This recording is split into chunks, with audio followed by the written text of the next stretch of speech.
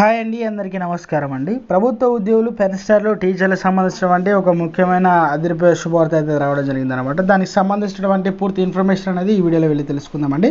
పూర్తిగా వీడియో చూస్తున్న ప్రతి ఒక్కరు కూడా వీడియోని లైక్ చేయండి, ఛానల్ని సబ్స్క్రైబ్ చేయండి, సపోర్ట్ చేయండి. తోటి మిత్రులందరికీ, ఇక బంధుమిత్రులందరూ కూడా వీడియోని షేర్ చేయండి అనమాట. ఇక వివరాలు కనుక వెళ్ళినట్లయితే, ఉద్యోగుల్లో ఆనందం వెల్లువిస్తుంది. పాత పెన్షన్ పునరుద్ధరణపై సుప్రీంకోర్టు కేసు గెలవడానికి ఎన్పిఎస్ ఉద్యోగులకు శుభవార్త.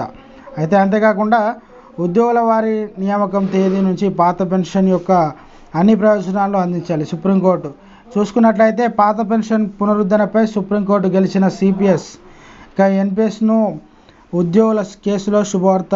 ప్రభుత్వ ఉద్యోగులకు వారి నియామకం తేదీ నుంచి పాత పెన్షన్ యొక్క అన్ని ప్రయోజనాలను అందించాలి. పాత పెన్షన్ పునరుద్ధరణ ఇక సుప్రీంకోర్టు చారిత్రాత్మక తీర్పు ఇస్తూ దేశంలో అన్ని రాష్ట్రాల నుండి ఉద్యోగులకు పాత పెన్షన్ ఇవ్వాలని ఆదేశించారన్నమాట.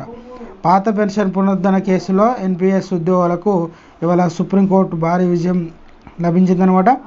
ఉద్యోగుల పాత పెన్షన్ స్కీమ్ను అనుకూలంగా సుప్రీంకోర్టు తీర్పునిచ్చింది. పాత పెన్షన్కు అనుకూలంగా మరియు వ్యతిరేకంగా వరుసగా ఇక ఉద్యోగుల మరియు భారత ప్రభుత్వ అభిప్రాయాలను విన్నవించుకొని సుప్రీంకోర్టు కొత్త పెన్షన్ ఉద్యోగులకు పథకంను అనుకూలంగా లేదని నిర్ధారణకు వచ్చింది. అంతేకాకుండా ఇక ఎన్పిఎస్ని అమలు చేసి ప్రాతిపదిన తప్పు అని కోర్టు చెప్పిందనమాట.